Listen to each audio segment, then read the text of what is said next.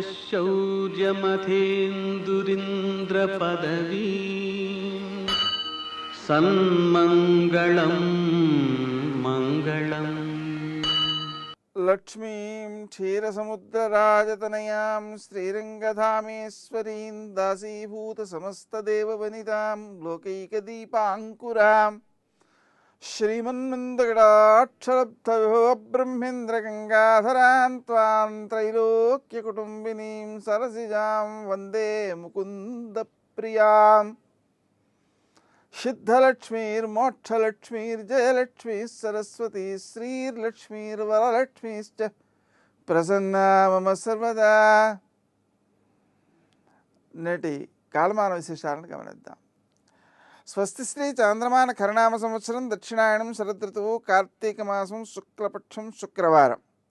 సూర్యోదయం 6:19 సూర్యాస్తమయం 5:40 తిథి నవమి ఉదయం 11:48 వరకు.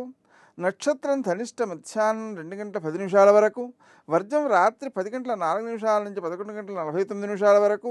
దుర్ముహూర్తం ఉదయం 8:35 నుంచి 9:20 వరకు. మధ్యాహ్నం 12:22 నుంచి 1:07 వరకు. అమృతకాలం లేదు. శుక్రవారం కాబట్టి రాహుకాలం ఉదయం 10:30 నుంచి 12 గంటల వరకు. నేటి విశేషం శుక్రవారం లక్ష్మీదేవికి ప్రీతికరమైనది, అమ్మవారికి ప్రీతికరమైనది. సంతోషీమాత వ్రతం చేసేటువంటి వారు పులుపు తినకుండా ఉంటారన్నమాట. ఈ పులుపు తినకుండా ఉండడానికి శుక్రునికి సంబంధం ఏంటి? శుక్రుడు గ్రహాలలో ఆనందాత్మకుడు. ఈ ఆనందం సిద్ధించాలి అంటే మానసిక ప్రశాంతి బాగుండాలి, మానసిక ఆరోగ్యం బాగుండాలి. మనకు చింతపండు పులుపుకి వాడతాం.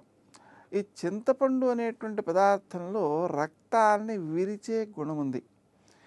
ఆ కారణంగా రక్తం విరవటం అనేటువంటిది ఆనందాన్ని దూరం చేసే లక్షణం కలిగినది, ఆరోగ్యాన్ని దూరం చేసే లక్షణం కలిగినది.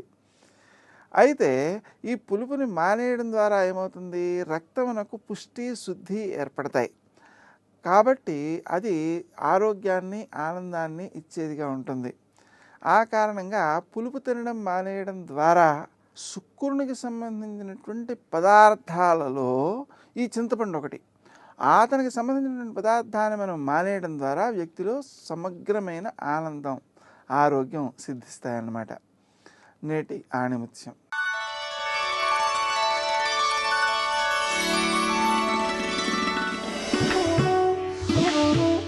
పునరాలోచన అనుభవాన్ని తెలివిగా మారుస్తుంది.